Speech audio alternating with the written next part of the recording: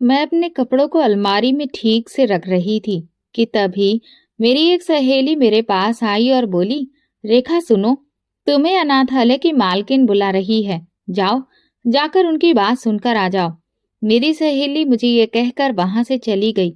मुझे हैरानी हुई कि आखिर मालकिन मुझे क्यों बुला रही है।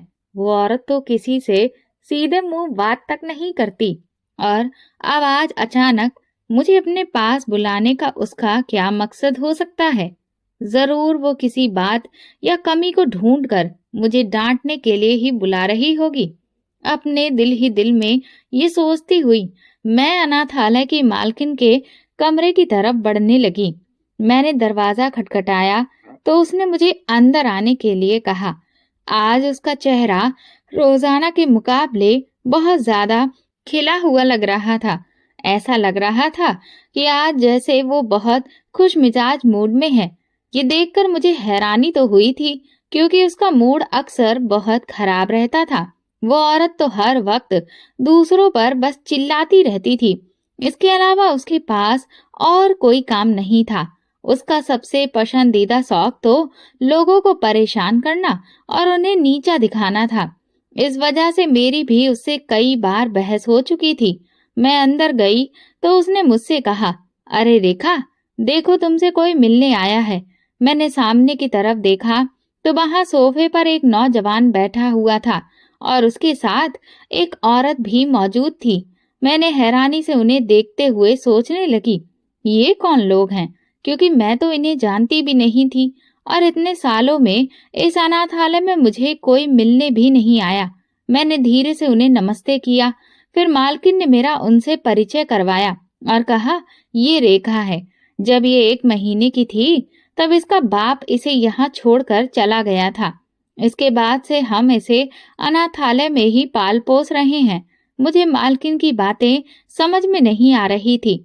फिर वो लोग मुझसे छोटे छोटे सवाल करने लगे, जैसे कि मैं अपनी पढ़ाई लिखाई कितनी की है, इस अनाथालय में मुझे अब कितने साल हो गए हैं, मेरी उम्र क्या है, वगैरह वगैरह। ये सब मुझे बहुत अजीब लग रहा था, लेकिन मैंने मालकिन के डर के कारण चुपचाप उनके सारे सवालों के जवाब देती जा रही थी। मालकिन ने मुझसे कहा, ये लोग खास तौर पर तुमसे ही मिलने के लिए यहाँ आए हैं। दरअसल ये एक अच्छे रिश्ते की तलाश में हैं, तो इन्हें लगा कि क्यों ना अनाथालय में आकर किसी लड़की को ढूंढा जाए जिसे बाहर की दुनिया के बारे में बहुत ज्यादा पता ना हो, क्योंकि अनाथालय ही एक ऐसी जगह है जहाँ पर लड़कियां ज्यादा बाहर नहीं जाती और ना ही वो आजकल की लड़कियों की तरह तेज तर्रार भी होती हैं। मालकिन की बात सुनकर मुझे हंसी तो बहुत जोर से आई थी, लेकिन मैंने जैसे तैसे कंट्रोल कर लिया, क्योंकि उनकी ये बात बहुत ही अजीब थी। कहना था कि लड़कियों को बाहर का कुछ भी पता नहीं होता है, जबकि असल में तो उन्हें लोगों के बारे में सबसे ज्यादा पता होता है। हम लोगों ने जिंदगी को एक अलग ही नजरिए से देखा होता है और उसे जिया भी होता है। इसीलिए हम बहुत जल्दी ही लोगों की हकीकत जान लेते हैं। मुझे तो लगता था कि कोई भी हमारा हमदर्द नहीं हो सकता और ना ही हमें किसी से कोई उम्मीद रखनी चाहिए। इस सब के पीछे सबसे बड़ी वजह ये थी कि मेरे सगे बाप ने मुझे बहुत ही छोटी सी उम्र में अनाथालय में छोड़ दिया था, जबकि मैं सिर्फ 1 महीने की थी। अगर वो चाहते तो मुझे अपने पास भी रख सकते थे, लेकिन उन्होंने मुझे बोझ समझा और यहाँ छोड़ गए। मैं अपने बाप के जिंदा होते हुए भी अनाथ हो गई थी और यहीं पर पली बड़ी थी। बचपन से लेकर अब तक मैं मालकिन की बहुत मार खा चुकी थी और उसकी न जाने कितनी ही ताने भरी बातें सुन चुकी थी। वो हम सबको यहाँ पर गुलामों से भी बुरा तरीके से रखती थी और हमारे साथ बहुत बुरा सुलूक करती थी। अनाथालय में मेरी किसी भी लड़की से कुछ खास नहीं बनती थी, सिवाय एक लड़की मीरा के, जो मेरी बहुत अच्छी दोस्त थी। मैं हमेशा उसके साथ रहती और उसके साथ ही खाना वगैरह खाती। अनाथालय में खाने के नाम पर सिर्फ मजाक ही होता था। यहाँ जब भी खाना आता तो वो ऐसा नहीं होता था कि उसे कोई इंसान खा सके। ऐसा लगता था जैसे किसी जेल के कैदियों के लिए खाना आया है। दरअसल जो भी फंड आते थे उनमें से आधे से ज्यादा फंड तो वो मालकिन अपने पास ही रख लेती थी और बाकी पैसे हम पर खर्च करती थी।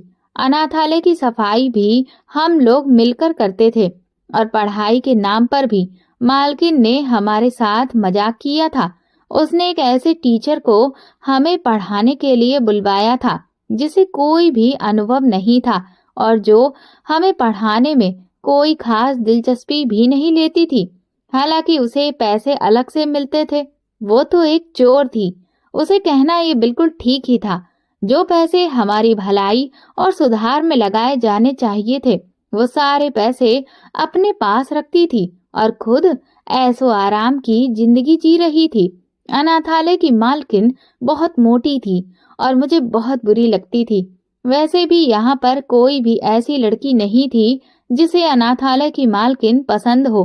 सारी लड़कियां हर वक्त उसके बारे में बुरी बातें ही करती रहती थी क्योंकि उसने हर एक लड़की के साथ इतना बुरा सुलूक किया था कि किसी के दिल में भी उसके लिए अच्छी जगह नहीं बन पाई थी। बस जहाँ से उसे पैसे आते नजर आते थे वहीं वो अपने अंदर नरमी भरकर आ जाती थी। अभी वो औरत और लड़के के सामने बैठी बहुत खुश मिजाज लहजे में बात कर रही थी। मैं जानती थी कि उसने बहुत मोटी रकम इन लोगों से ली होगी। वो मुझसे कह रही थी मैंने अनाथालय की बहुत सी लड़कियों की तस्वीरें इन्हें दी थी और उनमें से तुम ही इन्हें पसंद आई हो और अब ये तुमसे शादी करना चाहते हैं। साथ ही वो मुझे इशारे से कह रही थी तमीज से बैठो और कायदे से पेश आओ, इस रिश्ते से मना मत करना। मैं जानती थी कि अनाथालय की मालकिन एक तरह से मेरा सौदा कर रही थी, मगर वो औरत और उसके साथ आया हुआ लड़का मुझे बहुत सुलझे हुए लोग लग रहे थे। एक पल में मैंने हिसाब लगाया कि अगर मेरी शादी इस लड़के से हो जाती है तो मेरी जान इस अनाथालय और उसकी मालकिन से हमेशा के लिए छूट जाएगी और मैं अपनी जिंदगी में आगे बढ़ जाऊंगी। और अगर मैं यहाँ पर रही तो फिर मैं कभी भी आगे नहीं बढ़ पाऊंगी और ना ही मैं यहाँ से निकल सकती हूँ। आज किस्मत मुझे एक खूबसूरत मौका दे रही थी तो फिर मुझे उसका फायदा उठाना चाहिए। यही सोचकर मैंने एक मुस्कान अपने चेहरे पर सजाई और अनाथालय की मालकिन को उसके ही अंदाज में जवाब दिया, ठीक है, जैसा आपको सही लगे। मेरी इतनी आज्ञाकारिता देखकर वो हैरान रह गई थी। यकीन तो उसे भी नहीं आ रहा था, लेकिन फिर भी उसने उन लोगों के सामने कहा कि हम कुछ दिनों में तुम्हें जवाब दे देंगे। जब वो लोग वहां से चले गए तो अनाथालय की मालकिन मुझसे कहने लगी, तुम इतनी टेढ़ी लड़की हो ये तो मैं बहुत अच्छे से जानती हूँ, फिर तुम इतनी आसानी से मान कैसे गई? मैंने उससे कहा, तुमसे बहस करने का कोई फायदा नहीं है, इसीलिए मैंने हाँ कर दी। तुमने उनसे जितने पैसे लिए हैं तुम बस उनसे ही मतलब रखो, ना कि तुम मेरे पीछे पड़ जाओ। मेरी बात सुनकर उसका मुंह बन गया क्योंकि वो तो असल में ये चाहती थी कि ये बात किसी को भी पता ना चले, मगर मैं उसकी रग रग से वाकिफ थी। मैं वापस अंदर आई तो मीरा मुझसे कहने लगी, क्या हुआ रेखा, मालकिन ने तुम्हें क्यों बुलाया था और वो तुम्हें फिर से डांट रही थी? मैंने उससे कहा, नहीं, वो डांट नहीं रही थी, बल्कि अब की बार तो मेरी किस्मत चमक गई है। ये सुनकर वो हैरान हुई और कहने लगी, आखिर ऐसा क्या हुआ? फिर मैंने उसे वहां जो कुछ भी हुआ था वो सारा हाल कह सुनाया और बोली, मैंने उन लोगों को हाँ कर दी है। अब मैं यहाँ से जाना चाहती हूँ, एक अच्छी जिंदगी की तलाश में। मैं अपने आप को साबित करना चाहती हूँ और एक अपनी अलग पहचान बनाना चाहती हूँ। क्या ये कुछ गलत है? मीरा कहने लगी, नहीं, मगर तुम मुझे छोड़कर चली जाओगी और तुम्हारे बिना मैं कैसे रहूंगी? तुमने मुझसे अकेले में बातचीत किए बिना ये फैसला क्यों लिया? तुम्हें थोड़ा तो सोचना चाहिए था। मैंने उससे कहा, मुझे नहीं पता मैंने गलत फैसला किया है या सही, और ये भी नहीं जानती कि इस फैसले के असर मुझ पर क्या होंगे, लेकिन मैं इस मौके को बिल्कुल भी अपने हाथ से जाने नहीं दे सकती थी। और तुम बिल्कुल परेशान मत हो, मैं जल्द से जल्द तुम्हारे लिए भी यहाँ से बाहर निकलने का कोई इंतजाम करूंगी। तुम देखना, एक दिन मैं इस अनाथालय की मालकिन से हर एक जुल्म का बदला लेकर रहूंगी। पूरी रात मैं अपनी आंखों में सपने सजाती रही। वहां रहने वाली सारी लड़कियों को इस बात की खबर हो चुकी थी कि अब मैं इस अनाथालय में नहीं रहूंगी और जल्द ही मैं यहाँ से विदा होकर एक बहुत बड़े घर में चली जाऊंगी। सब तरफ मेरी ही चर्चा हो रही थी और इस बात से सब लोग जल भी रहे थे, पर कुछ लोग पंचायत करने की वजह से कई जगह गुट बनाकर जमा भी हो चुके थे, क्योंकि उन्हें चटकादेदार कहानी चाहिए थी। मगर मैं उन सबको नजरअंदाज कर दिया और ये सोचने लगी कि यहाँ से निकलकर सबसे पहले मैं क्या काम करूंगी। मैं बहुत आगे बढ़ना चाहती थी, मगर अपने बाप से मैं कभी भी मिलना नहीं चाहती थी। मुझे अपने बाप से नफरत हो गई थी। मेरे लिए तो मेरा बाप सालों पहले ही मर चुका था और अगर वो कभी भी मुड़कर मेरे पास वापस आता तो भी मैं उसे पहचानने से इनकार कर देती। वैसे भी मुझे तो अपनी शक्ल भी याद नहीं थी। एक माँ के बच्चे को आखिर क्या पता होता है कि कौन आपका क्या लगता है। इसीलिए इस दुनिया में लोगों की भीड़ में अगर वो मुझे कहीं दिख भी जाते तो मैं ना तो उन्हें पहचान पाती और ना ही वो मुझे पहचान पाते। इसलिए मैं आराम से इस शहर में रह सकती थी। मुझे नहीं पता था कि मेरे पिता कहाँ रहते हैं और क्या करते हैं, और ना ही मैं ये सब जानने में कोई रुचि रखती थी। मगर मीरा ने मुझसे कहा था, जब तुम यहाँ से जाओ तो सबसे पहले अपने पिता से मिलने जाना। हो सकता है कि वो तुम्हें याद करते हो। मेरी सोच मीरा के जैसी बिल्कुल नहीं थी। वो बहुत ही नरम दिल लड़की थी। वो हमेशा दूसरों को एक नया मौका देने पर यकीन रखती थी, लेकिन मैं ऐसी तो बिल्कुल नहीं थी। फिर भी हम दोनों के बीच बहुत गहरी दोस्ती थी। हमारी दोस्ती की शुरुआत भी बहुत ही अलग तरीके से हुई थी। मुझे आज भी वो दिन याद है जब मैं 7 साल की थी और पहली बार मीरा यहाँ पर आई थी। वो उस वक्त बहुत ज्यादा डरी हुई थी और मालकिन का रवैया उसे बहुत ज्यादा भयभीत कर रहा था। उसके माँ बाप की मौत एक हादसे में हो गई थी और उसके सगे चाचा ने उसके पिता की जायदाद पर कब्जा करके उसे अनाथालय में छोड़ दिया था। वो लावारिस यहाँ पर मिली थी। मालकिन ने उसे अंदर ले आई। सभी लड़कियां उसे अजीब नजरों से घूर रही थी और वो लगातार रोए जा रही थी। फिर वो एक कोने में जाकर बैठ गई। मालकिन ने गुस्से में कहा, अपना ये रोना धोना बंद कर। अब तुझे यहाँ पर कोई भी लेने नहीं आएगा। अब तुझे यहीं रहना है। मुझे मालकिन की बात सुनकर बहुत गुस्सा आया कि वो एक बच्ची पर ऐसे कैसे चिल्ला रही है। इसीलिए मालकिन के जाने के तुरंत बाद मैं उठकर मीरा की तरफ आई और धीरे से उसके हाथों को थामा। उसकी आंखों में देखा जहां से मोटे मोटे आंसू टपक रहे थे। फिर मैंने उसकी आंखें साफ की और उसे कहने लगी, देखो, अब तुम इस पूरी दुनिया में अकेली हो। तुम्हारा कोई रिश्तेदार नहीं है, लेकिन मैं आज से तुम्हारी दोस्त हूँ और मैं हमेशा तुम्हारा ख्याल रखूंगी और तुम्हारा साथ दूंगी। तुम्हें डरने की कोई जरूरत नहीं है। तुम लोगों पर भरोसा मत करना और ना ही उनसे कोई उम्मीद लगाना, क्योंकि इस सब का कोई फायदा नहीं होता। उस दिन के बाद से मेरी और मीरा की ऐसी दोस्ती हुई जो आज तक नहीं टूट पाई। वक्त के साथ साथ उसने भी यहाँ पर रहना सीख लिया था और अब तो बहुत साल गुजर गए थे। मैंने मीरा के अलावा अनाथालय में किसी और लड़की से कभी दोस्ती नहीं की। मेरी इकलौती दोस्त सिर्फ मीरा ही थी और वो मेरे लिए बहुत ज्यादा अहमियत रखती थी। इसीलिए मेरा पक्का इरादा था कि यहाँ से बाहर जाते ही मैं सबसे पहले मीरा को यहाँ से लेकर जाऊंगी, चाहे फिर इसके लिए मुझे किसी भी हद से गुजरना पड़े, क्योंकि वो एक डरपोक लड़की थी और वो जरा जरा सी चीजों पर रोने लग जाती थी। अब भी जब उसने ये सुना कि मैं यहाँ से जाने वाली हूँ और मैंने यहाँ से जाने का फैसला कर लिया है, तो वो ये सुनकर भी रोने लग गई थी। हालांकि वो मेरे ऊपर इस बात को जाहिर नहीं कर रही थी, क्योंकि वो नहीं चाहती थी कि मैं उसकी वजह से यहाँ पर रुक जाऊं और अपने सपनों को अधूरा छोड़ दूं, क्योंकि हमारी दोस्ती थी ही ऐसी। हम एक दूसरे के लिए सब कुछ छोड़ देने पर तैयार हो जाते थे। मगर अब वो अपने आंसू मुझसे छुपा रही थी। मैंने उससे कहा, तुम्हें ये सब करने की जरूरत नहीं है। मैं यहाँ से बाहर तुम्हारे और अपने, हम दोनों के लिए ही जा रही हूँ। तुम रो मत, सिर्फ मेरा इंतजार करना।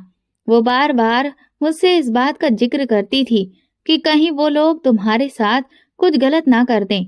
न जाने किन लोगों को मालकिन ढूंढ कर लाई है। हो सकता है कि वो तुम्हारे लिए गलत फैसला कर रही हो, इसीलिए तुम एक बार फिर से इस बारे में सोच लो। मैंने मीरा से कहा, देखो, मैं तुम्हारी तरह बिल्कुल नहीं हूँ जो डर जाऊं। मैं यहाँ से एक बार अगर बाहर निकल गई तो फिर मेरा यकीन करो, हम दोनों की जिंदगियां बहुत ही आसान हो जाएंगी और हमें एक बार अपनी जिंदगी अपनी मर्जी से जीने का मौका मिल जाएगा। हम इस जंगल से हमेशा के लिए आजाद हो जाएंगे। फिर मैं उसे अगले कई दिनों तक इस बारे में समझाती रही। एक हफ्ता गुजर जाने के बाद वो लोग दोबारा आए और मेरी दोस्त से भी मिले। उन्होंने कहा कि हमें शादी करने की बहुत जल्दी है। हम ये शादी सादगी से करना चाहते हैं। मुझे हैरानी इस बात की हो रही थी कि वो इतने बड़े अमीर घर से आए हैं और अमीर लोग हैं, इसके बावजूद वो मुझ जैसी एक अनाथालय में पलने वाली गरीब लड़की से शादी क्यों करना चाहते हैं। मैंने तो सुन रखा था कि ये अमीर लोग हमेशा अपने जैसे ही लोगों में शादी करना पसंद करते हैं, मगर यहाँ तो उल्टा हो रहा था। कुछ तो अजीब था। उन्होंने तो यही बहाना बनाया था कि अनाथालय की लड़कियां मासूम होती हैं, तेज तर्रार नहीं होती, मगर ये बहाना तो मुझे बिल्कुल ही बेकार का लग रहा था। असल कहानी कुछ और ही होगी। खैर, मेरा रिश्ता अब उनके साथ पक्का कर दिया गया था और फिर एक छोटी सी रस्म अनाथालय में ही की गई थी। आज अनाथालय की सारी लड़कियां बेहद खुश थीं, क्योंकि आज न जाने कितने समय के बाद उन्हें अच्छा खाना खाने को मिला था। लड़के वालों ने खुद ही सारा इंतजाम किया था। उनकी तरफ से सिर्फ उनके करीबी रिश्तेदार ही आए थे। रात के वक्त मैं अपनी उंगली में सजी हुई सगाई की अंगूठी को देखे जा रही थी। मैं अब किसी के नाम से जुड़ गई थी। अब मैं किसी और की हो चुकी थी, लेकिन मेरे दिल में तो कोई भी जज्बात नहीं उभर रहे थे। मेरा दिल बिल्कुल खाली था और बहुत सुकून था, लेकिन मेरा डर मेरे दिल में जड़ें पकड़कर बैठा हुआ था। पर मैं इस सब का जिक्र मीरा से नहीं कर रही थी। मैंने ये चाहती थी कि वो परेशान हो जाए और फिर मुझे मेरे इस इरादे से पीछे हटा दे। कुछ दिन बाद लड़के वालों ने ये जानकारी दी कि वो 2 हफ्ते के बाद शादी के लिए आएंगे। तैयारी वगैरह हो गई है और मेरी होने वाली सास ने मेरे लिए एक अच्छा सा लहंगा भी भेजा। इस सब के दौरान अनाथालय की मालकिन ने अच्छे खासे पैसे इकट्ठे कर लिए थे मेरे ससुराल वालों से। कभी किसी चीज के नाम पर वो उनसे पैसे लेती तो कभी किसी चीज के नाम पर। मैं अच्छे से जानती थी कि वो ये सब पैसे अपनी जेब में डालने वाली है। शादी की तैयारियां यहाँ पूरी हो चुकी थी। वो सब लोग शादी के लिए आ गए थे। मैं बहुत ज्यादा खुश हो रही थी कि एक बहुत ही खूबसूरत नौजवान से मेरी शादी होने वाली है। मेरी जिंदगी बहुत अच्छी हो जाएगी और वो भी एक ऐसा नौजवान जो बहुत अमीर है। मीरा भी मेरी वजह से बहुत ज्यादा खुश थी। अब हम लोग एक उम्मीद बढ़ा रहे थे कि यहाँ से निकलने का कोई ना कोई तो रास्ता हमें मिल ही जाएगा। मुझे दुल्हन की तरह सजाया गया। पहली बार जिंदगी में मैंने इतने सारे जेवर पहने थे और इतना तैयार हुई थी। मैं बहुत ही खूबसूरत लग रही थी। सभी लोग मेरी तारीफ कर रहे थे। फिर अचानक से बाहर शोर मच गया कि बारात आ गई है। अनाथालय की मालकिन बाहर खड़ी उनके स्वागत की तैयारी कर रही थी। थोड़ी देर के बाद बाराती अंदर आ गए और जैसे ही मेरी नजर सामने खड़े दूल्हे पर पड़ी तो मेरी तो चीखें ही निकल गईं, क्योंकि वो तो एक अधेड़ उम्र का आदमी था। अब तक जो कुछ भी मुझे बताया गया था उसके मुताबिक तो वो हैंडसम लड़का ही मेरा होने वाला पति था, जो शुरू से लेकर अब तक मुझसे मिलने आया था और रिश्ता करते वक्त भी वो मेरी सास के साथ आया था और मंगनी के वक्त भी। लेकिन अब ये सब क्या है? मैं हैरान हुई। मैंने अनाथालय की मालकिन से कहा, मेरी मंगनी तो किसी और के साथ हुई थी, फिर ये कौन है? मैं इससे शादी कैसे कर सकती हूँ? मेरी बात सुनकर वो बोली, तुम पागल हो? तुम्हारी मंगनी एक अधेड़ उम्र के आदमी से ही हुई है। वो तो बस तुम मना ना करो, इसीलिए मैंने उस नौजवान को यहाँ पर ही रखा। वो तो दरअसल उसका छोटा भतीजा है। तुमसे ये बात मैंने छुपाए रखी क्योंकि मैं जानती थी कि तुम एक अधेड़ उम्र के आदमी से शादी करने के लिए बिल्कुल भी तैयार नहीं होगी। अब खामोशी से बैठ जाओ और हमारा तमाशा मत बनाओ। उसने तो मुझे सच में फंसा दिया था। मेरे पास अब और कोई भी चारा नहीं बचा था। बारात दरवाजे पर खड़ी थी और उसे वापस भिजवाने का तो सवाल ही पैदा नहीं होता था।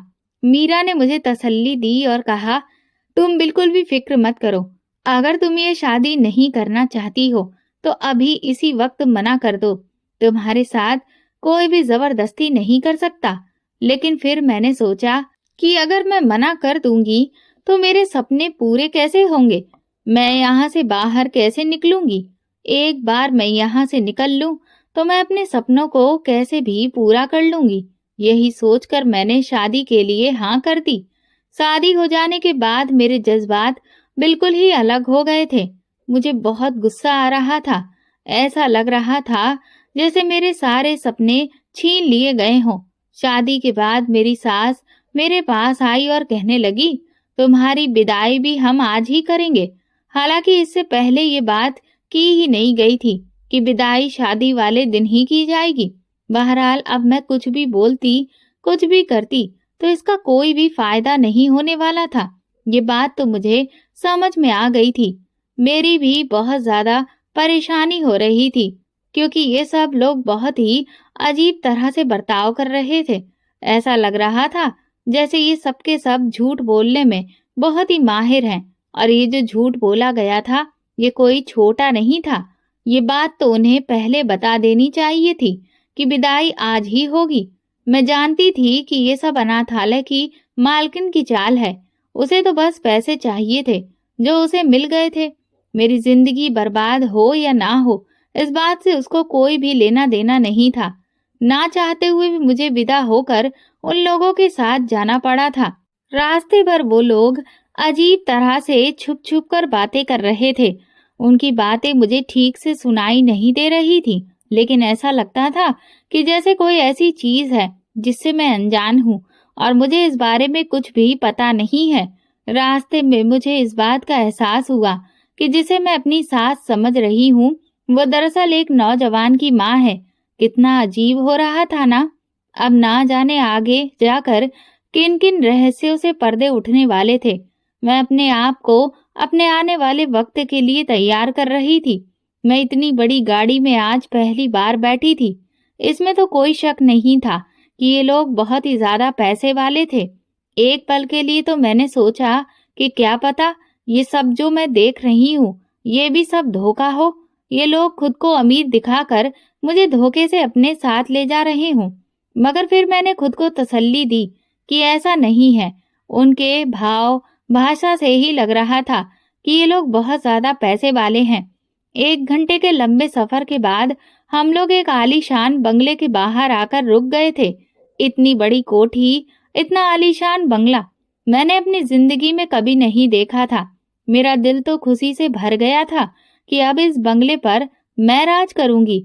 कुछ देर पहले होने वाले सारे वाकये को मैं भूल गई थी और बिल्कुल ही मगन होकर इस बंगले को देखने लगी थी। लेकिन फिर तभी किसी औरत की आवाज मुझे वापस हकीकत की दुनिया में खींच लाई। उनके साथ मैं इस बंगले के अंदर आ गई थी। वो बंगला बाहर से जितना आलीशान था, अंदर से वो उससे भी कई ज्यादा खूबसूरत था। मैं तो हैरानगी से इधर उधर देखे जा रही थी। लोग मुझे देखकर आपस में खुसुर फुसुर कर रहे थे, जिसकी वजह से मैंने खुद को फौरन संभाला और ऐसे दिखाया कि मैं तो एक शर्मीली दुल्हन हूँ। मुझे ऐसी हरकतें नहीं करनी चाहिए। मुझे एक सोफे पर बिठा दिया गया और फिर काफी सारे पिक्चर्स और वीडियो बनाए जाने लगे। मैं इस सब से बहुत ज्यादा बोर हो रही थी। एक तो उस बूढ़े आदमी के साथ बैठकर तस्वीरें खिंचवाने का मुझे कोई शौक नहीं था और दूसरा मैं अब बहुत थक चुकी थी। मैं सिर्फ आराम करना चाहती थी, लेकिन यहाँ पर किसी को मैं ये सब बोल भी नहीं सकती थी। अनाथालय से कोई भी लड़की मेरे साथ नहीं आई थी। यहाँ तक कि मीरा को भी आने की इजाजत मालकिन ने नहीं दी थी। हालांकि उसका बहुत दिल था कि वो मेरे साथ आए और इस बात से भी वो वाकिफ हो जाए कि मैं किन लोगों के साथ जा रही हूँ। फोटो सेशन होने के बाद जब मैं फ्री हुई तो मुझे कमरे में भेज दिया गया। मेरा बिल्कुल भी दिल नहीं कर रहा था कि मैं अपने पति को देखूं, लेकिन मुझे उसके इंतजार में जागना ही था। थोड़ी देर के बाद वो कमरे में आया। मैंने उसे एक अलग नजर से देखा तो मुझे लगा कि वो तो बहुत ही ग्रेसफुल है और बहुत ही ज्यादा हैंडसम लगता है। मेरे देखने का नजरिया बदल चुका था तो मुझे उनमें बहुत सी अच्छाइयां नजर आने लगी। वो बहुत ही धीमे मिजाज के थे। मेरी शादी की पहली रात बहुत ही अच्छी गुजरी थी। मैं जो कुछ देर पहले सब चीजों के बारे में गलत ही सोच रही थी, अब मेरी सोच बिल्कुल बदल चुकी थी। अगले दिन मीरा से मिलने के लिए मैं अनाथालय चली गई। वो बहुत ज्यादा खुश थी। मैंने उसे बताया कि जैसा हम लोग सोच रहे थे वैसा कुछ भी नहीं हुआ। देखो मैं कितनी खुश हूँ। रिसेप्शन वगैरह से फ्री हो जाने के बाद शादी का तीसरा दिन था तो एक दिन अचानक से मैं घर में बने एक तहखाने में चली गई। वहां एक कमरा बना हुआ था। मैं हैरान थी कि भला इस कमरे में क्या होगा। मैंने जैसे ही दरवाजा खोला तो वहां सामने एक बड़ी सी तस्वीर लगी हुई थी और उसमें बहुत सारे आदमी और औरतें और उनके साथ में बच्चे थे। ऐसा लगता था कि जैसे वो किसी पार्टी वगैरह की ली गई तस्वीर हो। मैं अभी भी उस तस्वीर को देख रही थी, तभी मेरे पति मेरे पीछे आकर खड़े हो गए।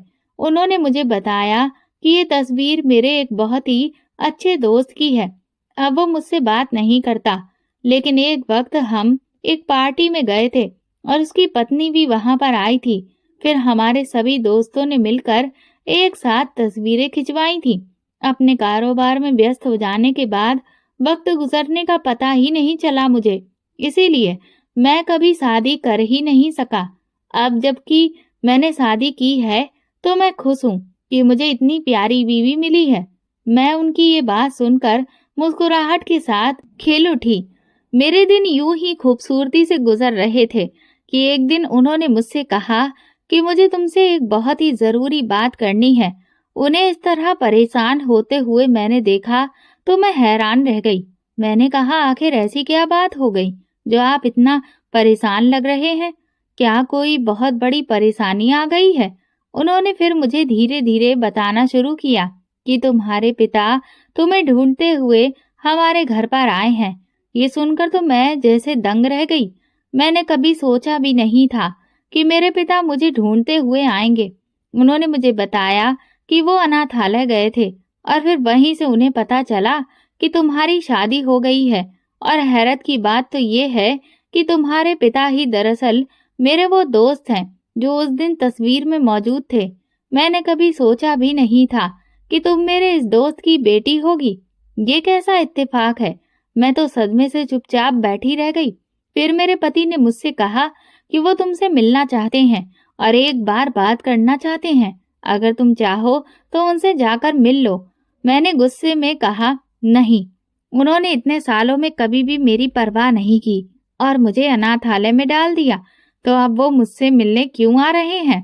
फिर मेरे पति ने मुझे समझाया और कहा कि तुम एक बार जाकर उनसे मिल तो लो और उनकी बात तो सुन लो। हो सकता है उनके पास कोई ठोस वजह हो। अब मैं अपने पति की बात टाल तो नहीं सकती थी, इसीलिए मैंने मजबूरन हाँ कर दी और फिर अगले दिन मैं एक रेस्टोरेंट में अपने पिता से मिलने के लिए चली गई। इतने सालों बाद अपने पिता को सामने देखकर भी मेरे अंदर कोई जज्बात नहीं आ रहे थे। ऐसा लगता था कि हमारे बीच कोई रिश्ता ही नहीं है, जैसे हम दो अजनबी हों और अचानक से टकरा गए हों। वो मुझसे बात करने की कोशिश कर रहे थे। उनके चेहरे पर अफसोस साफ नजर आ रहा था, लेकिन मेरा इरादा उनकी बात सुनने का बिल्कुल भी नहीं था। मैं सिर्फ और सिर्फ अपने पति के कहने पर यहाँ पर आई थी।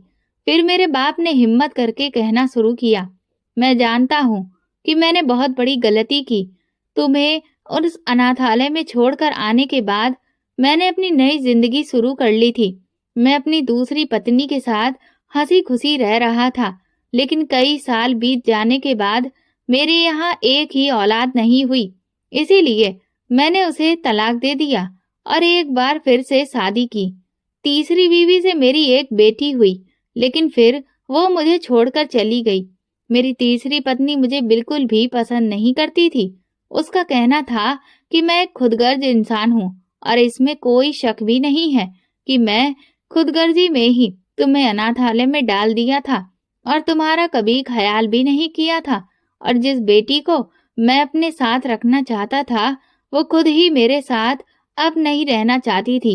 मेरी बीवी मेरी बेटी की बात बहुत ज्यादा सुनती थी और वो उसकी बहुत लाडली भी थी। इसीलिए जब उसने कहा कि मुझे यहाँ पापा के साथ नहीं रहना, तो वो उसे अपने साथ लेकर अपने मायके चली गई। न जाने कितने साल हो गए हैं, मैंने अपनी बेटी को देखा भी नहीं है। मेरी बीवी ने मुझे तलाक भी दे दिया है और अब मैं इस भरी दुनिया में बिल्कुल अकेला हूँ। कहने को तो मेरी 2 बेटियां हैं, लेकिन एक को मैंने खुद छोड़ दिया और दूसरी मुझे अपनी मर्जी से छोड़कर चली गई। मुझ जैसा बदनसीब इंसान कोई भी नहीं होगा। जब मुझे पता चला कि तुम मेरे दोस्त की पत्नी बन गई हो, तो ये सुनकर मुझे बहुत हैरत हुई थी। दरअसल मैं तुम्हें ढूंढता हुआ अनाथालय चला गया था। पुराने रिकॉर्ड्स जाकर निकलवाए और तुम्हारा पता करवाया, तो अनाथालय की मालकिन ने मुझे बताया कि तुम्हारी तो शादी हो गई है और तुम्हारे बारे में फिर उसने सब कुछ बता दिया। तुम्हारा पता भी दिया। तुम्हें ढूंढते ढूंढते यहाँ आया तो पता चला कि ये तो मेरे अपने ही दोस्त का घर है। मैं कभी सोच भी नहीं सकता था कि तुमसे इस तरह से मेरी मुलाकात होगी। मेरी अपने दोस्त से बहुत ज्यादा बनती नहीं है। बस वो मेरे पुराने मोहल्ले का दोस्त था। मेरा कारोबार भी सब डूब गया और मैं अब गरीब हो गया हूँ, लेकिन वो और भी ज्यादा अमीर होता जा रहा है। मुझे उससे नफरत है। तुम मुझसे अब तलाक ले लो। अपने पिता की ये बात सुनकर मैंने हैरानी से सर उठाकर उनकी तरफ देखा। वो एक बार फिर से मेरी जिंदगी अपनी खुदगर्जी और नफरत की वजह से बर्बाद करने पर तुले हुए थे। मैंने उनसे कहा, अब आप दोबारा कभी भी ऐसा नहीं कर सकते। मुझे अपने पति से बहुत प्यार है। बेशक शुरुआत में मुझे उनसे प्यार नहीं था, लेकिन अब वो मुझे बहुत ही प्यारे हैं। अब आप मेरी जिंदगी से निकल जाइए और मेरी जिंदगी को खराब करने के लिए दोबारा मेरी जिंदगी में कभी मत आना। जो कुछ आपने गुजरे सालों में मेरे साथ किया, वही बहुत है। ये तो भला हुआ कि मैं आपके साथ पली बड़ी नहीं हूँ। मैं हमेशा सोचती थी कि काश मैं आपके साथ रहती, लेकिन अब मैं भगवान का शुक्रिया अदा करती हूँ, वरना आपकी इस खुदगर्जी की वजह से मैं खुद भी खुदगर्ज बन जाती और न जाने मुझे क्या क्या सहना पड़ता। अब दोबारा मेरे पति से कभी भी मिलने की कोशिश मत करना। आज अगर मैं आपके सामने बैठी हूँ, तो इसकी वजह सिर्फ मेरे पति ही हैं। उनकी बात का मान रखने के लिए ही मैं यहाँ आई हूँ, वरना आपसे मिलने का मुझे कोई शौक नहीं है। अब आपसे मेरा किसी भी तरह का कोई लेना देना नहीं है। ये कहकर मैं वहां से उठकर वापस आ गई। मेरे पिता पीछे से मुझे आवाज देते रहे। मैंने उनके चेहरे पर लालच की चमक देख ली थी। मुझे समझ में आ गया था कि मेरे पति की दौलत की वजह से वो मुझसे मिलना चाह रहे थे, जबकि वो इस बात को काफी पहले से जानते थे कि मैं शादी करके उनके ही दोस्त के घर में रह रही हूँ। वो अब मिलने के लिए आ रहे थे। उनकी सारी चालें मुझे अब अच्छे से समझ में आ रही थी। उस दिन मैंने सारा किस्सा वहीं पर खत्म किया और भागती हुई अपने घर वापस चली आई। मेरे पति ने मुझसे पूछा कि क्या बात हुई है। मैंने उन्हें सारी बात बता दी और कहा कि अब आप मुझे कभी भी इस बारे में कुछ नहीं कहेंगे कि मैं उनसे मिलूं या बातचीत करूं। हाँ, वो मेरे पिता हैं, इस नाते मैं थोड़ी बहुत उनकी मदद कर सकती हूँ, लेकिन इससे ज्यादा वो मुझसे कोई भी उम्मीद ना रखें। मेरे पति कहने लगे कि उसने हमेशा मुझे गलत समझा है। मैं उसकी मदद करने की कोशिश करता था। दरअसल उसने गलत इंसान पर भरोसा करके अपना कारोबार उसके हाथों में सौंप दिया था और इसी वजह से उसे नुकसान उठाना पड़ा। वो सिर्फ अपना वक्त बर्बाद करता रहता था और मैं दिन रात मेहनत करके अपना कारोबार खड़ा करता रहा। उसके बाद से वो मुझसे बात नहीं करता। खैर, तुम परेशान मत हो। अगर तुम चाहो तो मैं उसकी मदद कर दूंगा। मैंने अपने पति की तरफ प्यार भरी निगाहों से देखते हुए कहा, वो कितना अच्छा इंसान था। आज मुझे समझ आ रहा था कि एक अच्छा इंसान होने के लिए हैंडसम होना जरूरी नहीं है। अच्छाई तो किसी भी इंसान में हो सकती है। मैंने भगवान का बहुत बहुत शुक्रिया अदा कर रही थी कि मेरी जिंदगी में मेरा पति मेरे लिए किसी वरदान से कम नहीं था। मेरा इरादा था कि अब मैं मीरा को भी अनाथालय से ले आऊं। कुछ दिन बाद मैं अपने पति के साथ अनाथालय गई। मीरा मुझे देखकर बहुत हैरान हुई और कहा, तुम इतने टाइम के बाद आई हो। मैंने उससे कहा, तुम कुछ काम निपटा लो, फिर चलो, मैं तुम्हें लेने के लिए आई हूँ। मैंने मालकिन से बात कर ली है। वैसे भी वो औरत पैसों की भूखी है। उसने तुम्हें हमारे साथ जाने की इजाजत सिर्फ और सिर्फ इस शर्त पर दी है कि हम उसे ढेर सारे पैसे दें, और हमने उसे पैसे दे दिए हैं। अब चलो, तुम अपना सामान पैक करो। मेरे साथ मेरे घर पर चलकर तुम रहोगी। फिर मैं उसे अपने साथ लेकर अपने घर आ गई। यहाँ आकर वो बहुत खुश थी। मेरा इरादा था कि कुछ समय के बाद मैं मीरा की भी एक अच्छी जगह पर शादी करवा दूंगी। मेरे पति वैसे भी अक्सर विदेश की ट्रिप पर जाते रहते थे। ऐसे में मीरा मेरे साथ घर पर रहती है तो हम दोनों के लिए ये काफी अच्छा रहता है। हम एक साथ वक्त बिताते और एक साथ बातें किया करते हैं। अब हम गुजरे दिनों को याद करते हैं और आने वाले दिनों की प्लानिंग करते हैं, और अब ये हमारी जिंदगी है। दोस्तों, अगर आपको हमारी कहानी पसंद आई है तो कमेंट करके जरूर बताएं, और वीडियो को लाइक करके ज्यादा से ज्यादा शेयर करें। चैनल पर नए हैं तो सब्सक्राइब करें, और हाँ, नोटिफिकेशन बेल को जरूर दबाएं ताकि अगली अपडेट सबसे पहले आपको मिले। धन्यवाद।